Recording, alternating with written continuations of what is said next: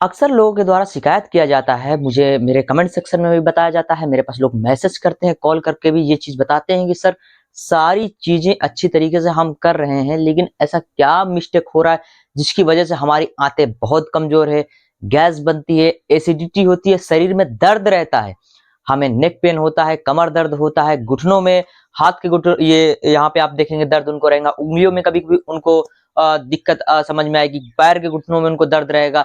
मतलब जोड़ों में एक तरीके से उनके शरीर में दर्द बना रहता है और बोलते हैं कि पेट से गैस बहुत बनती है और एसिडिटी भी कभी-कभी होता है, सीने में जलन होती है, इस तरह की शिकायत करते हैं। मतलब एक तरीके से वात दोष, एक तरीके से पेट संबंधी समस्याओं के साथ-साथ वात दोष की समस्या है। वात मतलब हवा, वायु जिसको कहते हैं आयुर्वेदा के अनुसार। तो वात दोष की समस्या उनके शरीर में उनको देखने को मिलती है और उनका अक्सर शिकायत ये रहता है कि सर अब इसके लिए कैसे करें, क्या करें और क्या मिस्टेक्स कर रहे हैं क्योंकि हम मेडिसिन भी खा रहे हैं। उसके बाद जो आपने स्ट्रेचिंग्स वगैरह दी हैं, जो आप ट्रीटमेंट दे रहे हो उसको भी फॉलो कर रहे हैं और सारी चीज़ें ठीक हो गई लेकिन ये गैस की समस्या नहीं दूर हो रही है। क्या आखिर मिस्टेक हो रहा है? तो इन सारी चीज़ों का जड़ है आपका मोबाइल फ़ोन और लेट में सोना। ये आपको ध्यान रखने की ज़रूरत है। जब भी आप कभी भी सोने के लिए जाएँ, तो खाना कम से कम 3 घंटा पहले खाएँ। अगर आप 10 बजे डेली सोते हैं, तो आपको डेली 7 बजे खाना खाने की ज़रूरत है और अगर आप 9 बजे सोते हैं, तो आप 6 बजे के आसपास ही खाना खा लीजिए। आपको ऐसा लाइफ़स्टाइल बनाकर रखना है। मोबाइल फ़ोन से दूरी बनानी है। मोबाइल फ़ोन लगभग 9 से 10 बजे तक आप छोड़ दीजिए और सोने की कोशिश करिए, खासकर वो लोग जिनको इस तरह की समस्या है। 2 चीज़ें हैं, या तो आप लेट सो रहे हो, जिस नींद पूरी नहीं हो पा रही है जिसकी वजह से ये समस्या है, या तो आप फ़ोन चला रहे हो। ज़ाहिर-सी बात है कि अगर आप फ़ोन चलाओगे तो ऑलरेडी लेट होगा, उसके बाद आप सुबह के टाइम देखोगे कि आपका खाना पचा नहीं, जब वो पचा नहीं तो वो सड़ने लगा, जब वो सड़ने लगा तो वो गैस बनाने लगा और आपके शरीर को प्रॉब्लम क्रिएट करने लगा। तो आपको ये ध्यान देने की ज़रूरत है, तला-भुना चीज़ें छोड़कर, मसालेदार चीज़ों को छोड़ते हुए आपको अपने लाइफ़स्टाइल को भी बहुत सही रखना है। संतुलन अवस्था में इसको भी रखने की ज़रूरत है। सोने का समय निर्धारित करिए, उठने का समय निर्धारित करिए, खाने का समय निर्धारित कीजिए, पीने का समय निर्धारित कीजिए।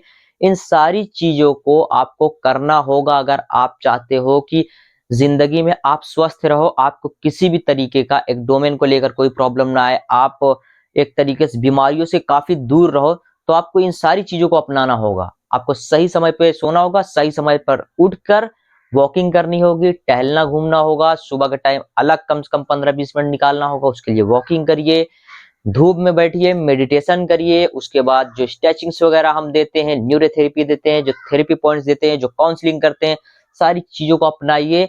जैसे-जैसे आप इसको करते जाएँगे तो आप देखेंगे कि आपके अंदर काफ़ी सुधार आने लगा है, आपकी आंतें धीरे-धीरे मजबूत होने लगी है। आपका जो खाना डाइजेस्ट नहीं हो रहा था वो डाइजेस्ट होने लगा है। कम से कम ऐसे मरीजों को 7 से 8 घंटे की कम से कम नींद लेनी चाहिए। मिनिमम इतना तो ज़्यादा ले रहे हैं तो कोई समस्या वाली बात नहीं है। और दूसरी चीज़ ये भी ध्यान रखना है कि अगर आप लेट से उठते हो तो भी इस चीज़ की समस्या आपको देखने को मिलती है। आप अगर लेट सो रहे हो और लेट उठ रहे हो तो सुबह उठोगे देखोगे शरीर में एनर्जी नहीं रहेगी, काफ़ी वीकनेस फील होगा और आप ये आके शिकायत करते हो कि सर मुझे बहुत ज़्यादा कमज़ोरी लग रही है, मेरा पेट वगैरह तो ठीक हो गया है, उसमें तो ज़्यादा प्रॉब्लम नहीं, लेकिन फिर भी कमज़ोरी मुझे लग रही है, क्यों लग रही है सर? मुझे इसका जवाब दीजिए सर, आप मेरी कंसल्ट कीजिए। तो ऐसे-ऐसे मैसेज करके आपके द्वारा बताया जाता है। तो इसका मेन कारण यही है कि आप गलत समय पे सो रहे हो और गलत समय पे उठ रहे हो। आपको डेली 10 बजे तक सोना है, तो डेली सुबह 6, साढ़े 6, 7 बजे तक उठ जाना है। इस चीज़ का ध्यान रखना है। अगर इस चीज़ पे ध्यान दोगे आप, तो आप देखोगे कि आपकी ये जो समस्या है वो ठीक होने लग गई है। आप जैसे आप एक चीज़ आप लोगों ने नोटिस किया होगा कि आप जब भी सुबह के टाइम उठे होगे अपने टाइम से पहले, जो नॉर्मली टाइम होता है, अक्सर लोग कभी ना कभी उठ ही जाते होंगे क्योंकि ऐसे मरीज ऐसा नहीं है कि ज़िंदगी भर 10 बजे ही सो के उठ रहे हैं। कभी ना कभी ये सही टाइम पे उठ जाएँगे तो उस दिन आप देखोगे सारा दिन फ्रेश महसूस होगा, सारा दिन आप एनर्जेटिक रहोगे, आपको किसी भी प्रकार की कोई भी समस्या नहीं रहेगी। ए टू जेड समस्याओं से आप उस दिन काफ़ी ज़्यादा दूर रहे होगे। तो यही मेन कारण है कि आपको सही समय पे उठने की ज़रूरत है, सही समय पे सोने की ज़रूरत है और सोने से लगभग 3 घंटा पहले खाना खाने की ज़रूरत है। उसके बाद आप खुद अपने अंदर बदलाव देखेंगे। तो जो व्यक्ति इस मूल मंत्र को समझ गया, वो ज़िंदगी भर इस चीज़ों से परेशान तो नहीं रहेगा और लेकिन जो नहीं समझा, जो गलत टाइम पे सोता रहा, गलत टाइम पे उठता रहा, तो उसको हमेशा इस चीज की समस्या लगी रहेगी। धीरे धीरे उसको थायराइड की समस्या हो जाएगी, शुगर की भी दिक्कत हो जाएगी, ऑटो इम्यून डिसऑर्डर हो जाएगा, बहुत तरह की अलग अलग बीमारियां हैं जो कि आप उससे ग्रसित हो जाओगे और आपकी जिंदगी इन्हीं बीमारियों में ही अब फिर कटने लगेंगी। तो इस चीज का आपको ध्यान रखना है। मैं उम्मीद करता हूं कि ये सारी की सारी इंफॉर्मेशन आपको समझ में आई होगी।